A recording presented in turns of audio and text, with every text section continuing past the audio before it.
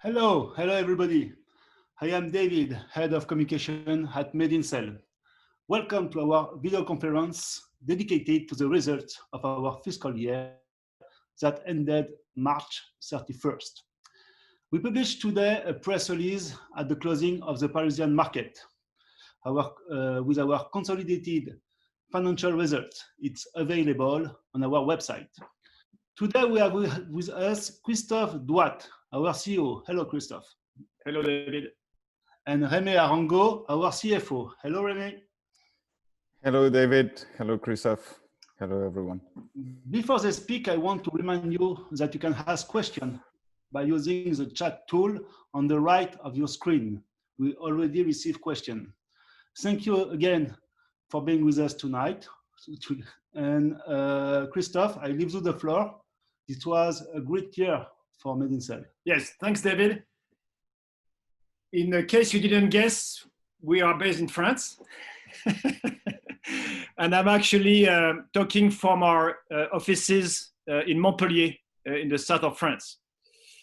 Yes, David, this has been a great year. One, of course, with the COVID, but as you will see in the rest of the call, we will come out of the crisis even stronger than we were at the beginning.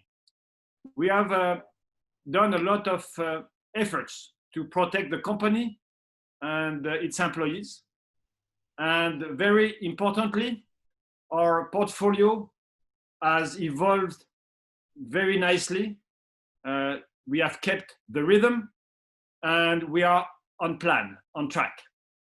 We have one new product that entered clinicals, a product in collaboration with Diva. Two new products entered preclinical development. Again, one with Teva and one with the Bill and Melinda Gates Foundation. Both programs are financed by our partners, Teva for the first two, and the Gates Foundation as part of the significant $19 million grant that we received in December to develop a 6-month bioresorbable, biocompatible, auto-injectable contraceptive. As we announced in January, several programs are going to reach the lead formulation stage in 2020 to next go into preclinical development. The first one is the contraceptive program with the Gates Foundation, so that's already one out of the three. And the two others are our program in organ transplant, and the last one is our program in animal health. Thank you, Christophe. We also launched new interesting projects this year with the Gates Foundation, one more, and with United, involving funding. Can you talk about this project, Christophe? Yes, these are two quite amazing projects, actually. And the first one has for objective prevention in HIV, what's called prophylaxis.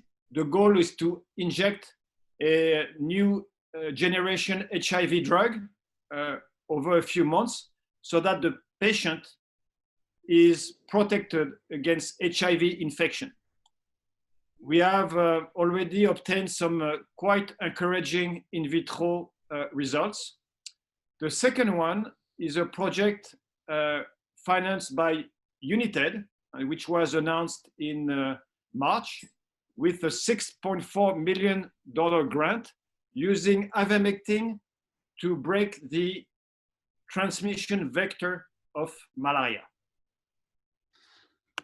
Christophe, despite the COVID-19 crisis, several major events happened since the end of March, and more to come in the coming months. Can you explain?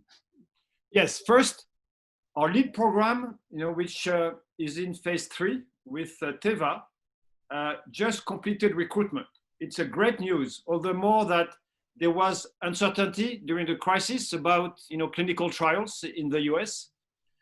Recruitment is completed, and our partners still expects to have analysis of interim data in the second half of this year.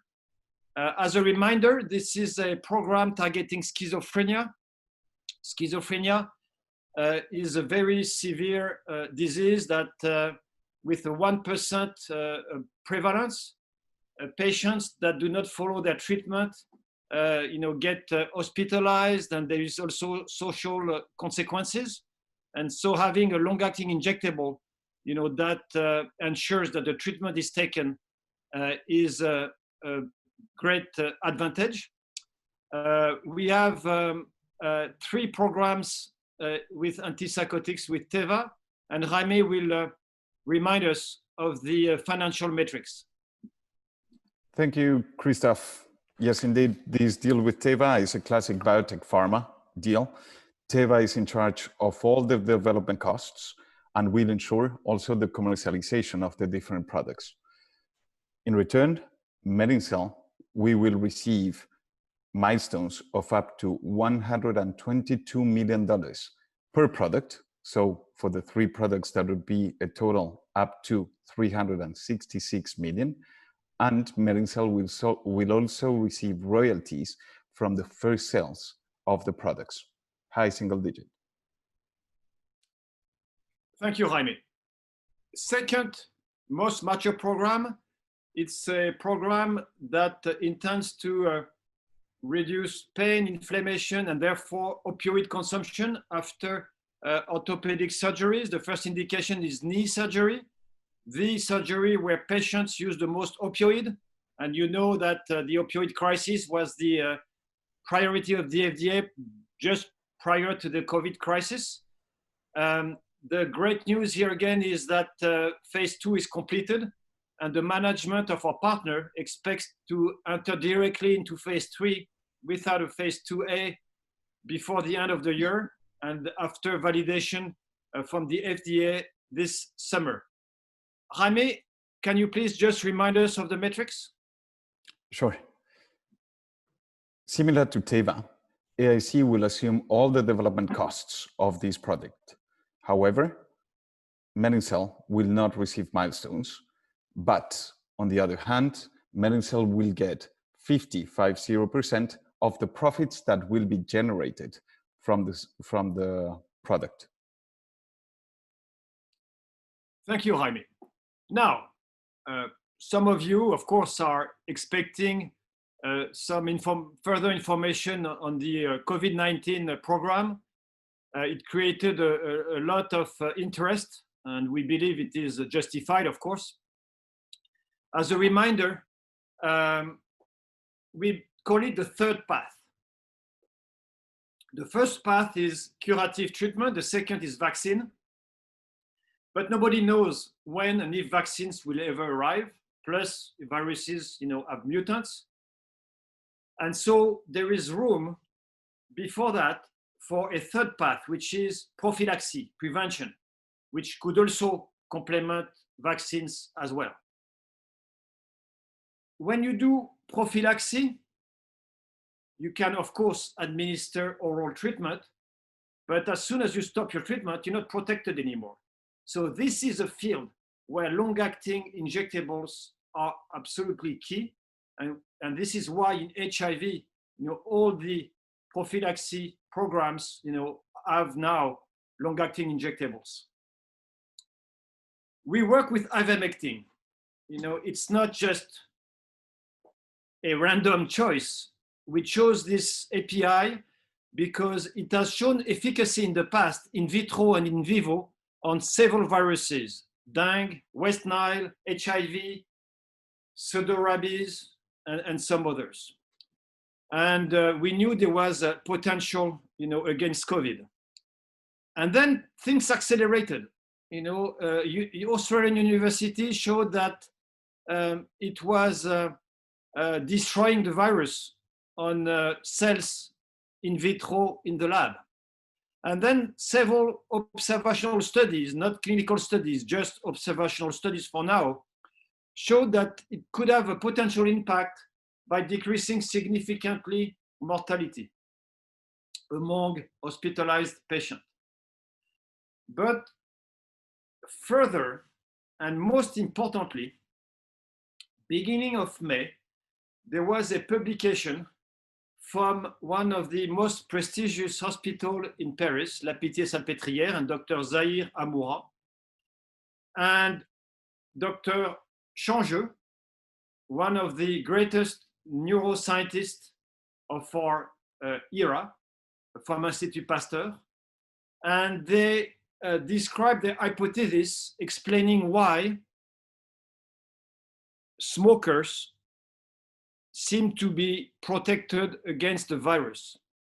And the hypothesis is that nicotine has a prophylactic impact. And when the virus wants to bind to the nicotinic receptor, the nicotine prevents that binding. Now, Mr. Changeux, Dr. Changeux from Institut Pasteur has been working on this for 40 years. And 20 years ago, he published a paper where he showed that ivermectin was the most powerful modulator of the nicotinic receptor. So, which means that ivermectin has the same impact on the receptor as nicotine without its addictive effect. Same effect in a different manner, because sometimes, you know, if for those of you that are scientists, you know, ivermectin is an allosteric modulator. So we have more and more hints that comfort us in our strategy to move into our prophylactic program using ivermectin. Our strategy is threefold.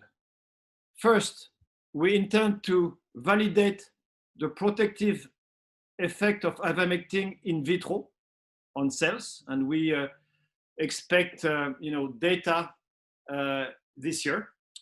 Second, we plan on starting clinical trials, phase 1/2 trials with oral ivermectin, which is already available, with objectives to first validate the safety of ivermectin in frequent daily administration, and also have some first indication of activity in prophylaxis, probably in regions where the virus epidemic is still active.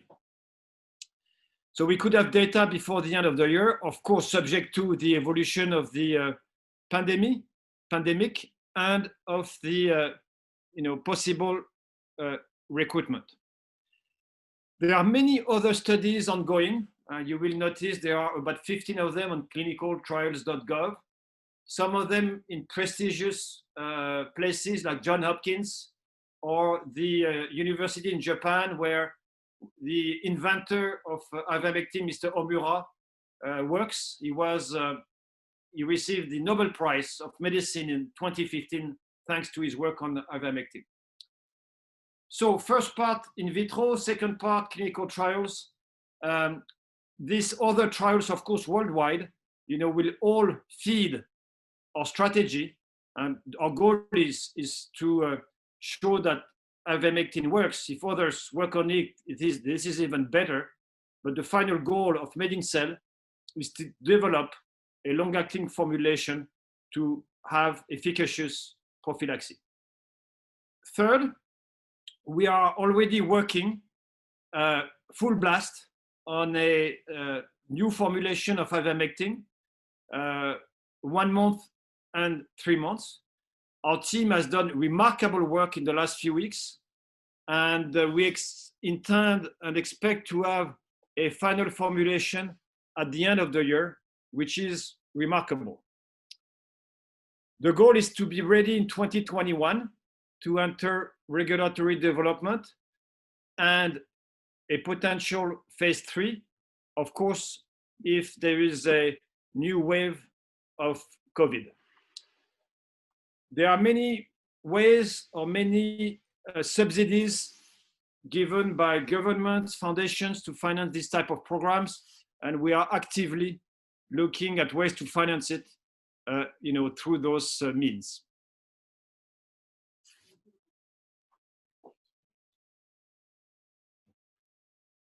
Thank you, Christophe. Remy, can you explain why we can estimate that MedinCell benefits from a solid financial situation today?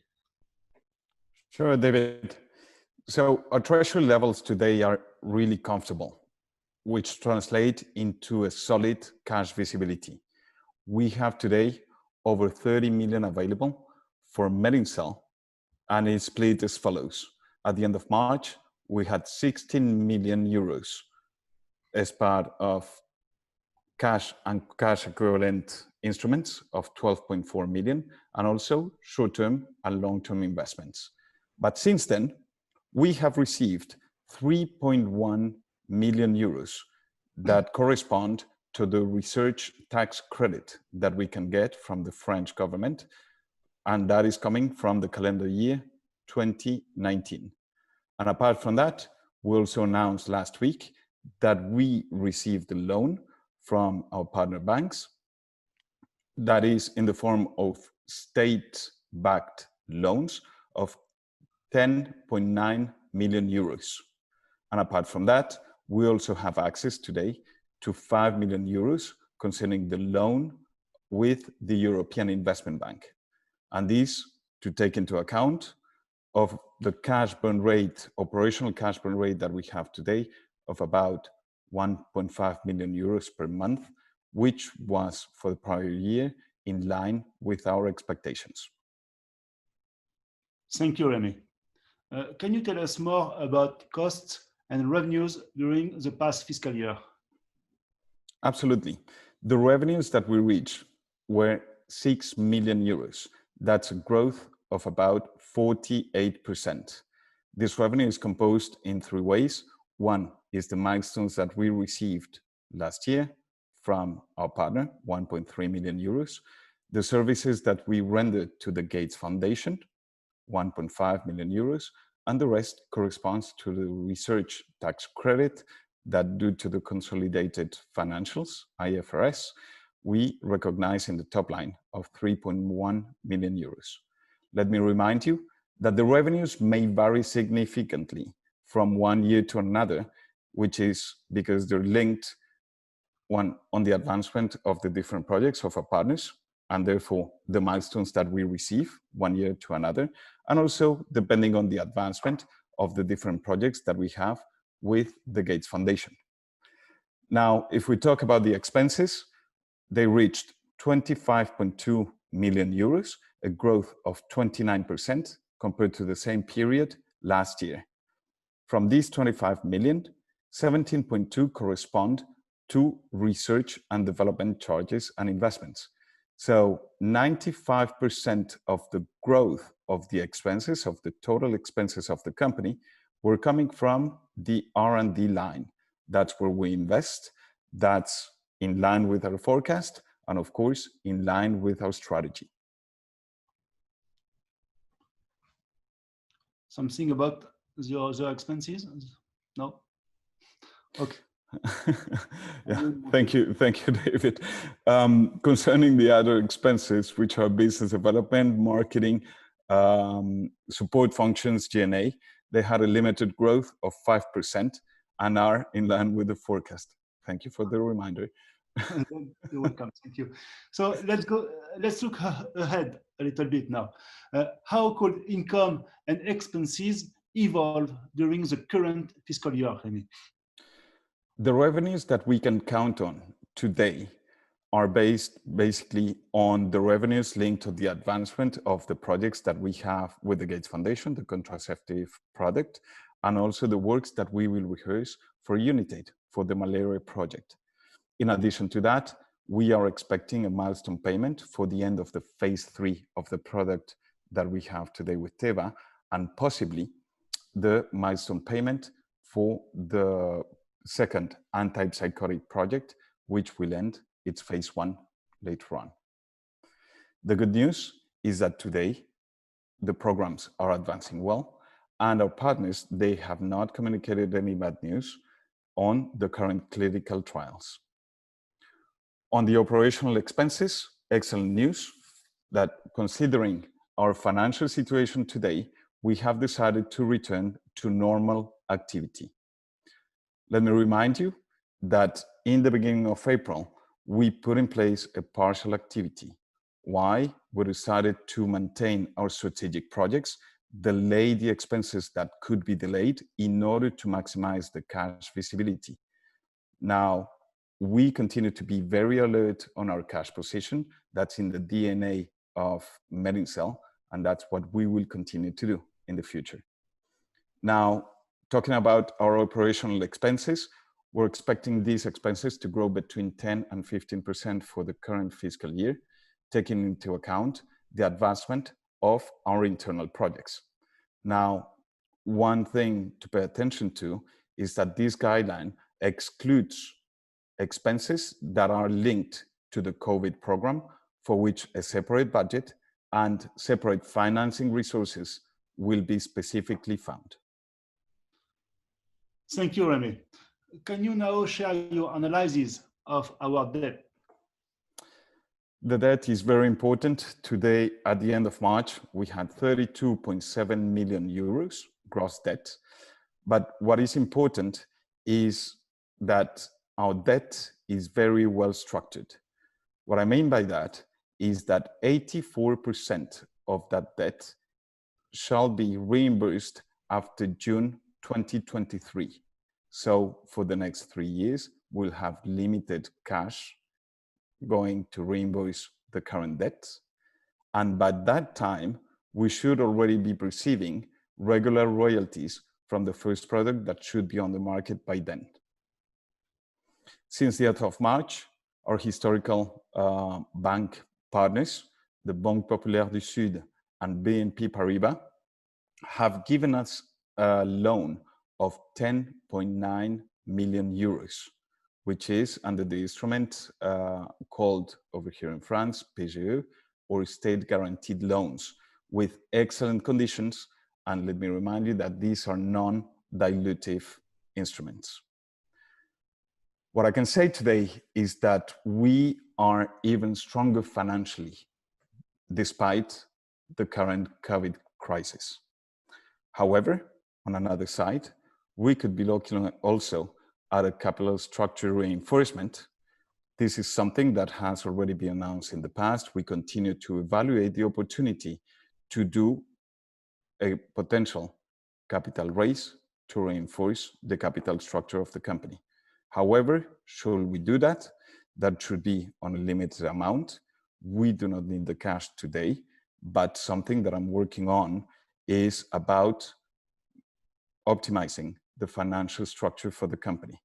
So the potential operation, if it's done, would be done only if the conditions are favorable for MedinCell and its shareholders.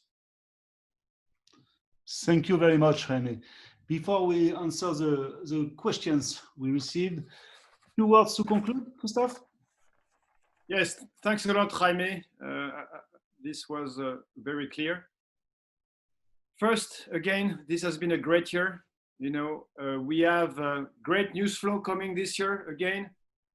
You know, potential analysis of interim data by our partner in the second half. Our phase 2 program moving to phase 3. Of course, there'll be hopefully some news on our COVID program. Jaime explained that our cash resources are significantly higher than a few months ago. But most importantly, I would really like to thank all of MedinCell's employees, 140 people, 25 nationalities, who during this period have demonstrated once more the amazing qualities of adaptability and resilience of the company, despite difficult home office conditions, sometimes with young children. They've been able to move all our programs forward. And on top of that, work on this ambitious new COVID program. So I would really like to say thank you to all.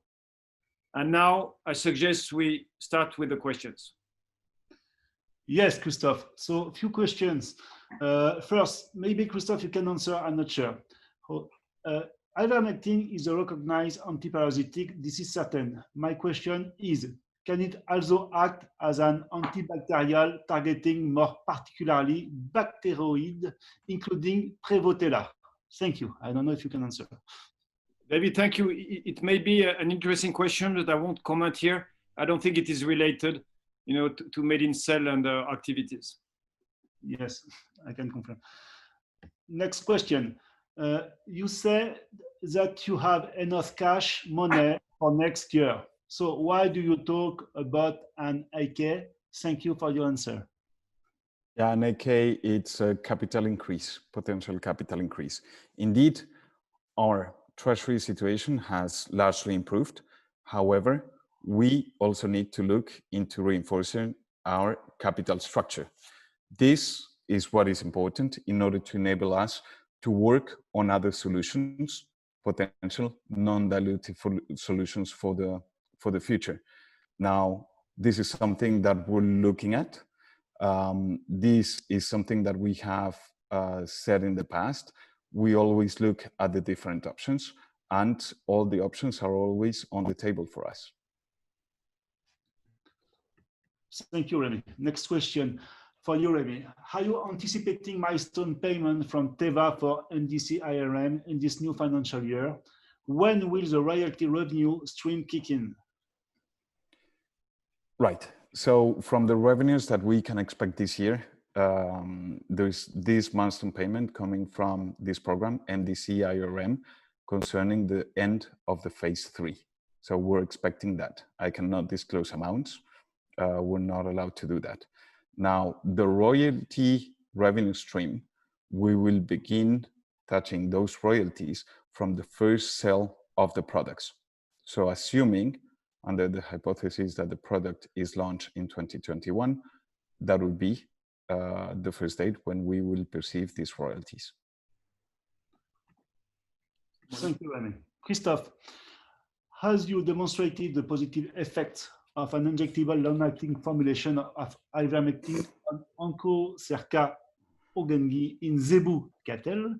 Have you initiated contact to sell it as veterinary product to start to generate revenue? Sorry for my poor English.